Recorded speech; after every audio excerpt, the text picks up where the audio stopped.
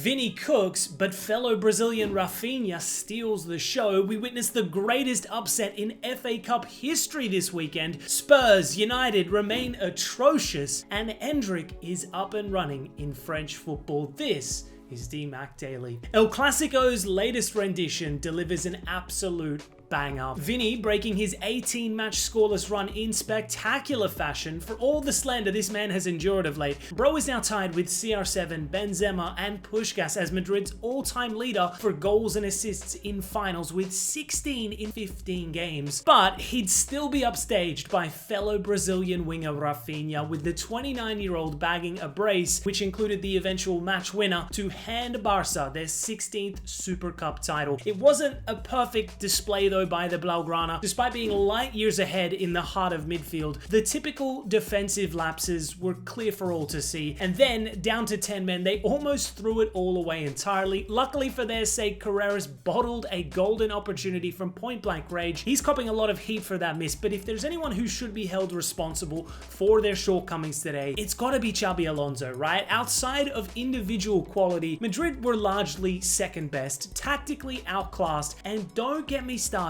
on the substitutions. Obviously, Mbappe was needed off the bench, but why take off Garcia, who was heavily involved in both of their goals prior? That was questionable. But then taking off Vini Jr. for Dani Ceballos, that right there constitutes a war crime. Like, Vini was their best player today. He's objectively their most clutch player. A trophy is on the line, and you take him out with minutes to spare for a rotational central midfielder? That moment alone has radicalized me. I've now lost all faith in Alonso. Moving to English football, and just when you think you've seen it all, 6th tier semi-pro side Macclesfield, the lowest ranked team remaining in the entire FA Cup, have somehow knocked out the reigning champions Crystal Palace in the 3rd round. It is the first time in the competition's 155-year history that a 6th tier team has defeated top flight opposition. These guys aren't even a dominant team in the National League North. I can't emphasize enough just how unbelievable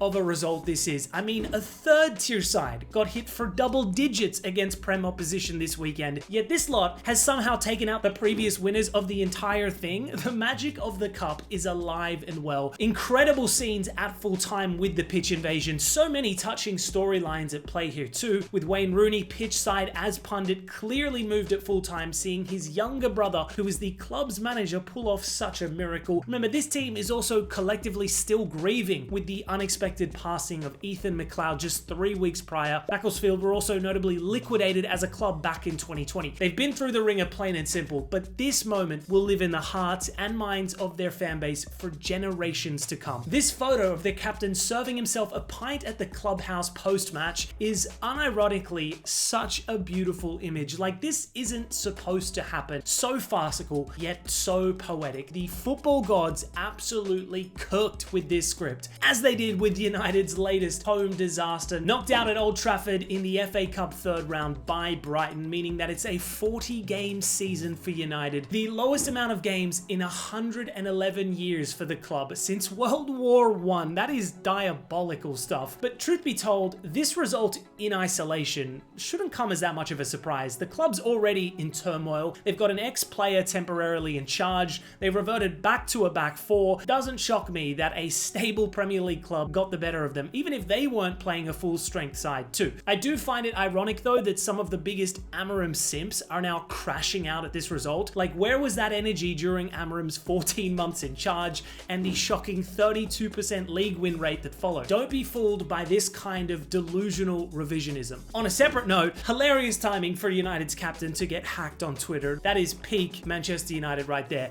Moving from one mess to another though, and I really do empathize with Spurs fans. I do, because supporting this club must be truly devastating for your mental health. Seeing your manager drink out of an Arsenal cup and then get beaten again and again. Their latest L, knocked out by Aston Villa. The 37th defeat for Spurs since the start of last season now. It's truly dire stuff. Thomas Frank's days are surely numbered at this point. In other notable FA Cup ties, Arsenal made light work of Pompey thanks to Martinelli's hat-trick. The Raphinha era is underway, with Chelsea hitting Charlton for 5. Newcastle and Sunderland knock fellow Premier League opposition out via penalties, just like Wrexham, who send Nottingham Forest packing. And as mentioned earlier, Man City pulled off a mammoth 10-1 battering of Exeter. Antoine Semenyo with a dream debut, scoring, assisting, and picking up man of the match honours.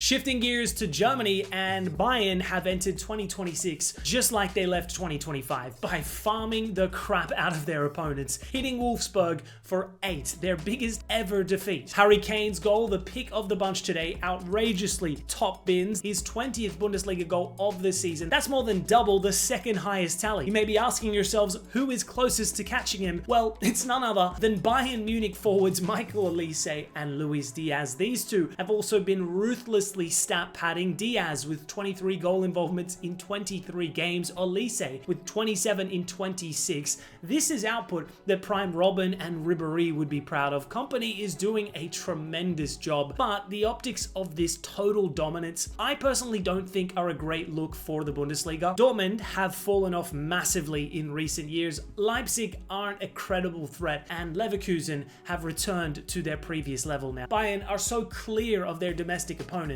and this is without Musiala too. Moving to Italian football, and this weekend was another installment of peak Serie A. Europe's most competitive title race saw two major players, Inter and Napoli, come toe-to-toe, and of course, a stalemate would follow. Inter dominated large periods of this contest and took the lead on 2 separate occasions, but the never-say-die attitude of Conte's Napoli was evident as they equalized twice thanks to their Scottish king Scott McTominay, his 12th goal involvement in 27 games this season from central midfield. The man simply can do no wrong at this point. A great result for Milan to potentially close the gap at the summit of the Serie A, but they once again bottled it against relegation battling opposition. Nkunku salvaging a late equalizer away at Fiorentina. Marco Brescianini could have had a dream debut for La Viola, but hit the crossbar late on, so the top 3 continue to drop points for fun. Roma's win over Sassuolo sees them potentially re-enter the title equation.